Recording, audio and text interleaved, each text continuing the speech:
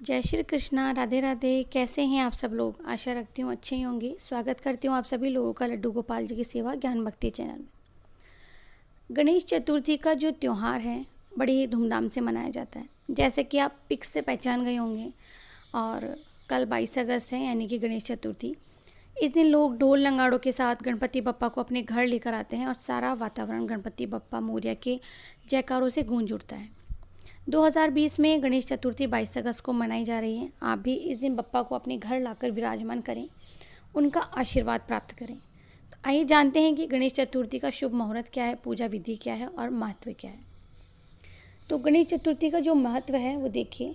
गणेश चतुर्थी का त्यौहार भादवे के महीने में आता है, यानी कि भाद्रपद मास में शुक्ल पक्ष की चतुर्थी के दिन मनाया जाता है। यही दिन गणेश जी के जन्मोत्सव के रूप में मनाया जाता है। माना जाता है कि इसी दिन भगवान गणेश की उत्पत्ति हुई थी।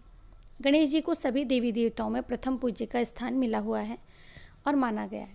इस दिन गणपति बप्पा को अपने घर में लाकर विराजमान करने से वे अपने भक्तों के सारे विघ्न हरते हैं, बाधाएं दूर करते हैं। इसीलिए गणेश जी को विघ्नहर्ता भी कहा जाता है। गणेश चतुर्थी को लोग गणेश जी को अपने घर लाते हैं और 11वें दिन यानी कि लाने के बाद में जो 10 दिन होते हैं उत्सव चलता है और 11वें दिन धूमधाम के साथ में उन्हें विसर्जित कर दिया जाता है और अगले बरस जल्दी आने की प्रार्थना की जाती है। तो सबसे पहले तो देखिए, अगर आपको गणेश चतुर्थी के दिन बप्पा को अपने घर में लेकर आना है तो सुबह में सबसे पहले आप ब्रह्म मुहूर्त में उठे, स्नान करें और धूमधाम के साथ में गणेश जी की प्रतिमा को अपने घर में लाकर विराजमान करें। कहा जाता है कि इस दिन चंद्रमा के दर्शन नहीं करना चाहिए। जो बिल्कुल चंद्रमा को अर्घ्य दिया जाता है लेकिन चंद्रमा को देखा नहीं जाता। और देखिए, अगर आप लोग अपने घर में प्रतिमा स्थापित कर रहे हैं तो मिट्टी की प्रतिमा स्थापित करें ताकि वो पानी में घुल सकें। ठीक है। गणेश जी की प्रतिमा को किसी चौकी या आसन पर स्थापित करना चाहिए। साथ ही में कलश में सुपारी डालकर किसी कोरे और नए कपड़े में बांधकर नारियल फिर रखना चाहिए। तो भगवान गणेश जी को स्थापित करने के बाद में पूरे परिवार के साथ में उनकी पूर्ण विधि विधान से पूजा करनी चाहिए। सिंदूर और दूर्वा अर्पित करनी चाहिए, मोदक का भोग लगाना चाहिए और लड्डू को प्रसाद के रूप में बांट देना चाहिए।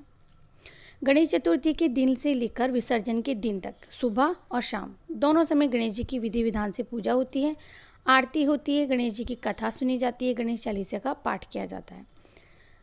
तो ये तो वो था जो रोज़ाना जिस प्रकार से हमें पूजा करनी है गणेश जी को घर में लाने के बाद में। जो शुभ मुहूर्त था वो देखिए 21 अगस्त को 11:02।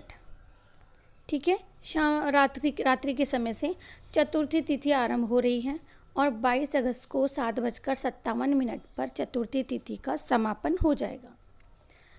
गणेश जी का जन्म जो हुआ था वो दोपहर के समय हुआ था, इसलिए चतुर्थी के दिन उनकी पूजा का जो समय होता है, जो पूजा की जाती है वो भी दोपहर के समय में ही की जाती है। तो 11:06 से लेकर 1:42 के बीच में गणेश जी की पूजा का समय है।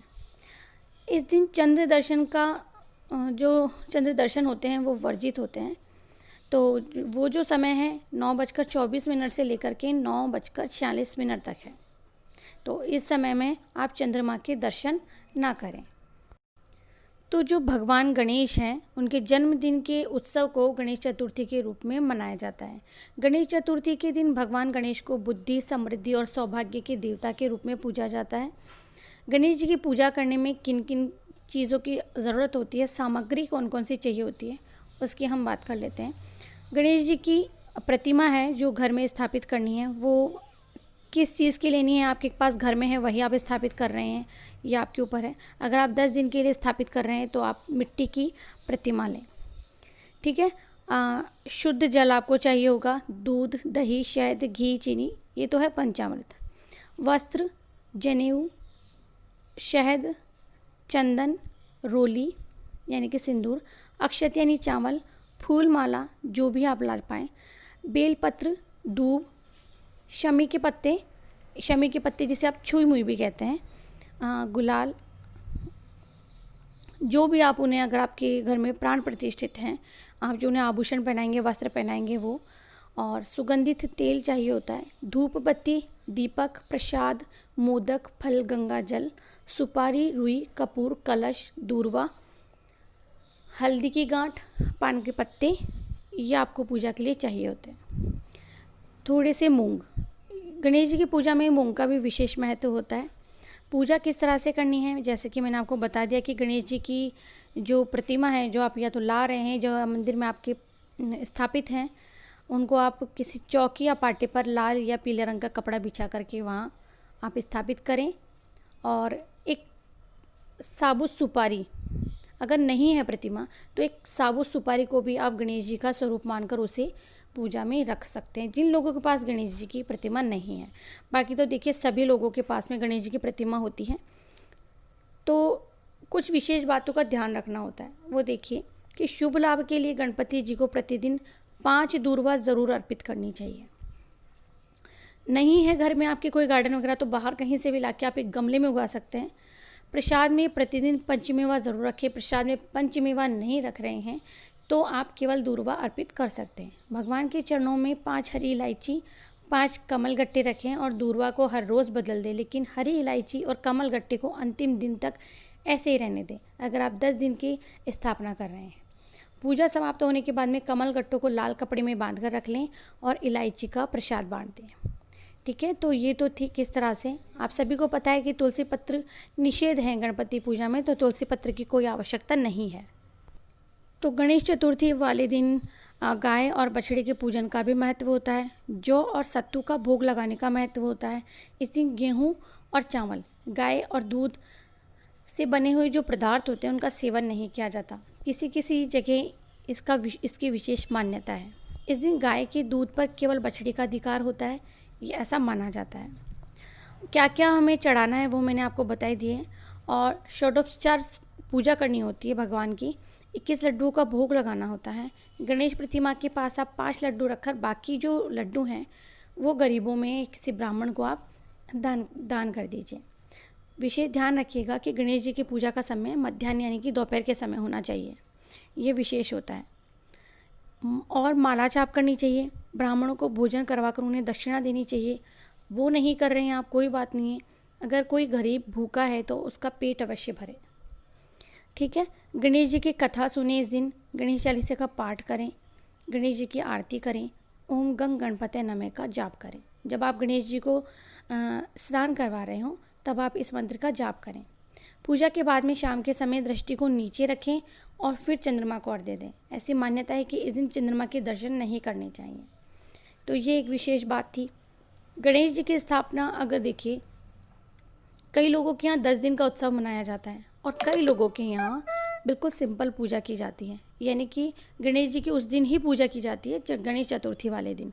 तो वो लोग भी उस दिन गणेश जी की विशेष पूजा करें चौकी पर रख करके।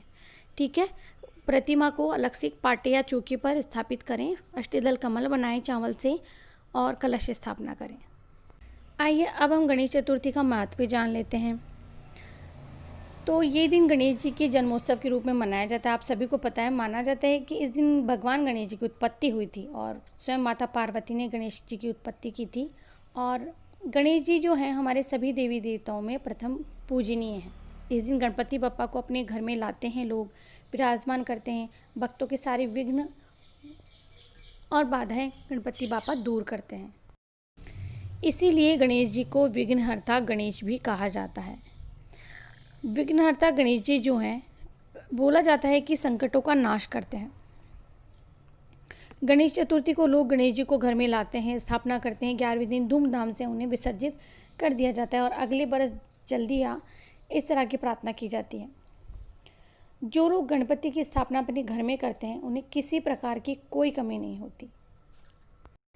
याद रहे कि गणेश जी को मोदक बहुत प्रिय हैं, दूर्वा बहुत प्रिय हैं। कई लोग तो दूर्वा से माला बना करके भी उन्हें पहनाते हैं, जैसा कि चित्र में आपने देखा, और बहुत तरीके से बनाई जाती है।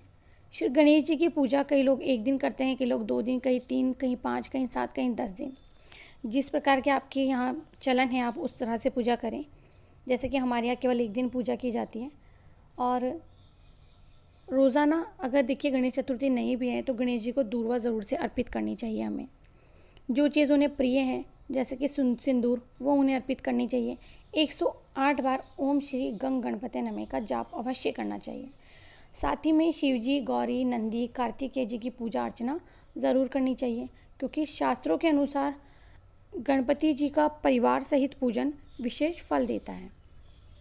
तो ये विशेष जानकारी थी। और जो मुहूर्त है वो मैंने आपको बता दिया है। विसर्जन का जो मुहूर्त है और गणेश चतुर्थी की जो कथा है वो मैं आपको अगली वीडियो में बताऊंगी, क्योंकि वीडियो बहुत लंबा हो जाएगा तो फिर आप कहेंगे कि वीडियो बहुत बड़ा हो गया दी। तो जो गणेश जी की कथा है वो हम अगली वीडियो में सुनेंगे। तो मिलते हैं नेक्स्ट वीडियो में, तब तक के लिए जय श्री कृष्णा, राधे राधे। राधे राधे। ये गणेश पूजा के लिए सामग्री है जो कि हमारे व्यूवर ने पूछा था कि पूरी सामग्री में एक साथ एक बार मैं बताऊं। तो एक पाटा, पीले रंग का वस्त्र, मूली, चावल, पान के पत्ते, हल्दी, दूर्वा, और कलश स्थापना के लिए आपको कलश के साथ साथ में एक कटोरी जिसमें आप दीपक रख के जलाएंगे कलश पर, वो नहीं तो 5 पत्ते आपको आम के या अशोक के पत्ते जो आपको मिल जाएं, और एक नारियल आपको चाहिए होगा। साथ ही में गणेश प्रतिमा आप अपने जिस प्रकार का चलन है पूजा में रखने का वैसे आप ले सकते हैं। थाली, गुड़धानी आती है और डंके आते हैं, इसे दंडक चौथ भी कहते हैं। और गुड़धानी 2 प्रकार की आती है, एक चीनी की आती है, एक गुड़ की आती है। गुड़ की जो धानी होती है, गुड़धानी, वो विशेषकर इनको प्रिय होती है, उसका भोग लगाया जाता है। और साथ ही में जो रोली होती है केसरिया वाली आती है, सिंदूर जो आती है वो इन्हें चढ़ाने का होता है। और चांदी का जो एक पत्र आता है, चांदी का अर्घ जो होता है वो चाहिए होता है पूजा में। और फूल बत्ती चाहिए होती है, दीपक जलाने की देसी घी चाहिए होता है, कपूर चाहिए होता है। तो इस तरह से जो जो सामग्री आपको, ये अगर आप मार्केट में भी लेना चाहेंगी तो मिल जाएगी। आशा करती हूँ आपको सामग्री पता लग गई होगी। जय श्री कृष्णा, राधे राधे।